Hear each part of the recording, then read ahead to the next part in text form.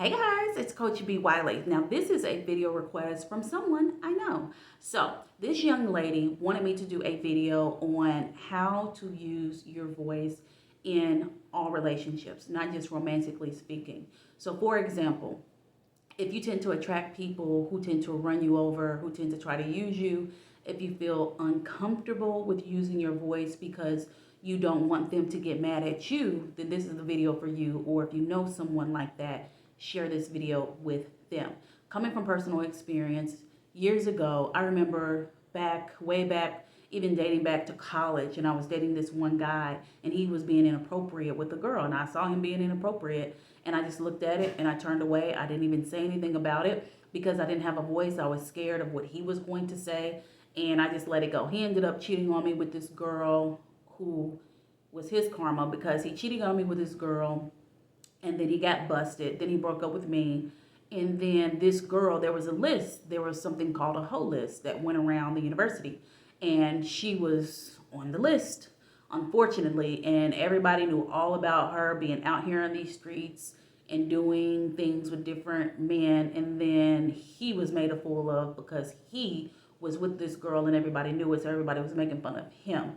And it's just like, really, dude? But so I know what it's like to not have a voice or to be afraid to use it. Now, the thing is, a lot of people say, well, I don't want to confront someone. I'm not a confrontational person. I can't stand when people say that. Did nobody say you had to confront nobody? All we're saying is if someone is crossing a boundary and if you have standards and respect for yourself, then you have the right to address what's going on. That does not mean confront. I've always tell you guys, the difference with confront, this is a confront. Hey, woo, woo, woo. The body language is off. You're crazy. You look crazy. You're yelling. You're emotional. Another way to do it is to address it. Hey, you know what? Every time you say you go home, when you get home, you're going to call me or text me and nothing happens. And then the next day you reach out. You don't even say what happened or anything. You just go on about your day. And it really bothers me. So what is it that we can do? Excuse me. I'm drinking some sparkling water. Here we go. This is so good. I think it's caffeinated too. I just found this recently. It's good. Sorry about that. And it makes me burp. So what can we do to keep this conversation and the communication flowing and going? See how that sounds? That's not going mute mouth because a lot of people choose not to say anything, but they're getting angry. It's not assuming anything. It's not being confrontational. It's stating the facts. When it's time to use your voice, do what I always say. Focus on the facts. The facts of the matter is they're crossing a boundary, which makes you feel uncomfortable, which you don't want to tolerate. What you need to do is muster up the strength. Take it day by day. Because the thing is, a lot of people think that if they just ignore and they turn a blind eye to it, that it's just going to go away. Nope. It's going to start coming at you from all directions. So if you're ignoring something at work, not using your voice, it's going to pop up with your kids. If you're ignoring it with your kids, it's going to pop up with your boyfriend or your boo or your situationship. If you're ignoring it with them, it's going to pop up at the store with a stranger. It's coming because you need to adjust. You need to make some adjustments with self so that you can level up. I love saying level up, and some people come for me when I say level up, and they have come for me. Level up, what does that mean, Mario? It means you leveling up to the next level, to your highest level. Duh. That's what it means. Don't get offended. And so anyway, that's what you should do. So what I did is I went from being quiet, turning a blind eye to saying, you know what? That doesn't work for me. And how can we do this differently? And you have to take the negativity out of using your voice because it's not negative to stand up for yourself. This particular person that asked me to do this video, she has a tendency of attracting people that want to overwork her at her job without giving her the proper allowance of money, of currency, and or she has another pattern of getting with, procreating with, dating, situationshipping with, marrying guys who don't take her serious. And typically, if you're one of those girls who just runs your mouth, because some of y'all use your voice. This is another side of the coin. So we have ones that won't, and then we have ones that do use your voice and all you're doing is this. And all he doing is looking at you like, because he don't believe nothing you saying. And so then that means that you just running your mouth, but there's no repercussion. So you just blabbing, bumping your gums. He gonna get out of line and do the same thing. You gonna come back and bump your gums again. He gonna have a pattern of doing the same thing. You gonna come back. So what's the point of it? You might as well shut up if you ain't gonna do nothing. So for those that are bumping your gums, if you're guilty, don't beat yourself up about it. Be about that action. Because this particular scenario with this young lady, she had a scenario where she told a guy something and he didn't believe her. And she actually went through with it. She had been talking for months about something she was going to do. And he was just looking at her like, and then the joke was on him because she actually went through with it. And then he came back to her like, what is this? I can't believe you did this. You always just talk and you never back anything up. And that just lets you know right there.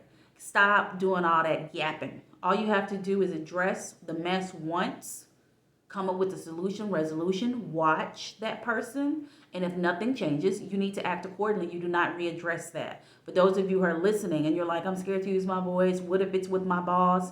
What if it's with my neighbor who I know has weapons in his house?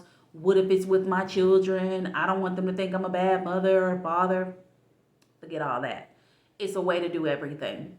As long as you communicate from a place of love, you know, I always say, lead with love. Or if you don't love them, like them. Lead with like. Lead with love is just a saying. It's just a saying. It's just a saying I came up with. Lead with love. That means you're not coming in emotional and that means you're coming in with empathy. Your body language is right. Your tone is good. And you're ready to really get a resolve versus start rumbling in the Bronx. So it goes both ways. Remember, the moral of the story is, if you don't use your voice today, someone is going to force you to use it tomorrow.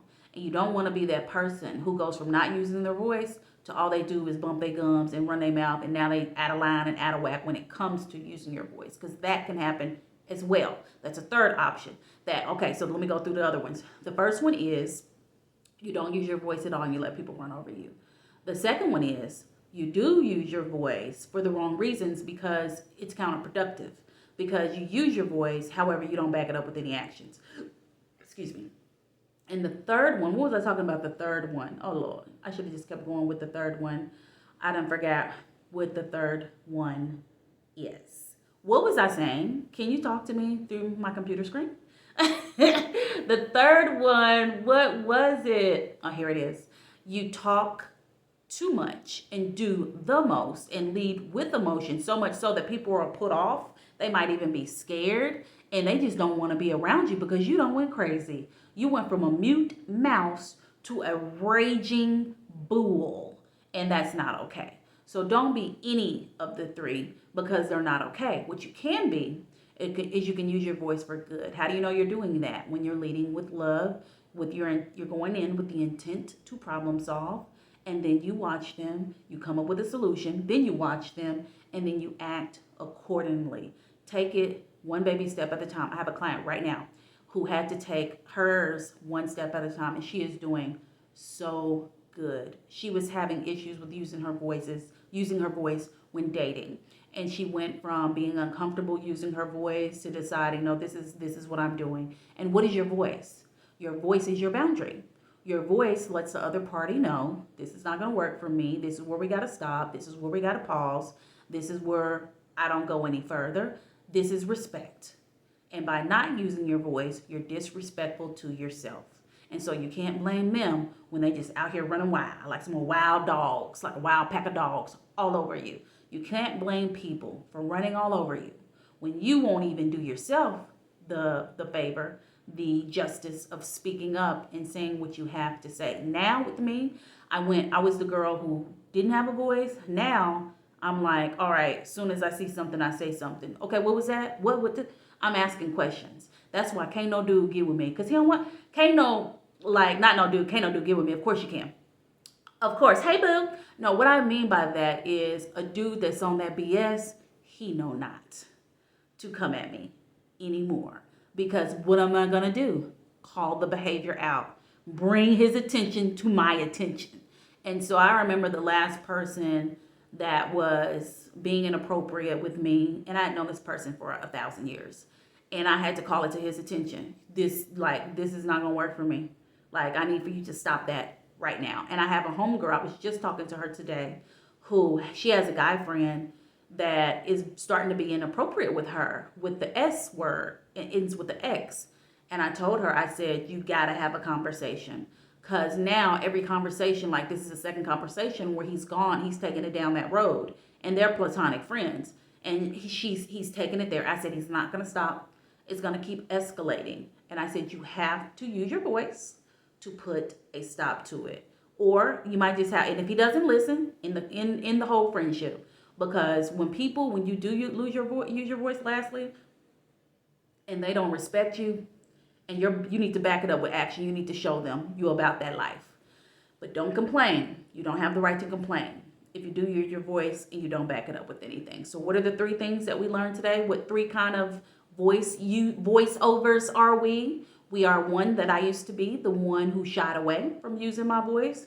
We have the one that's imbalanced, that goes from 0 voice to 100 voice. And then we have the one that runs that bump them gums just for the sake of talking, and the people don't listen, and then they keep doing the same thing. Then she bump a gum some more and nothing happens.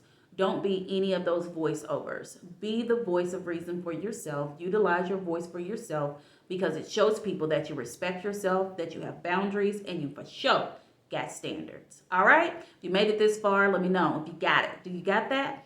Let me know in the comments. If you're still here, go ahead and give it a thumbs up. Outside of that, guys, follow me on social media. Coach B. Wiley. Talk to you later.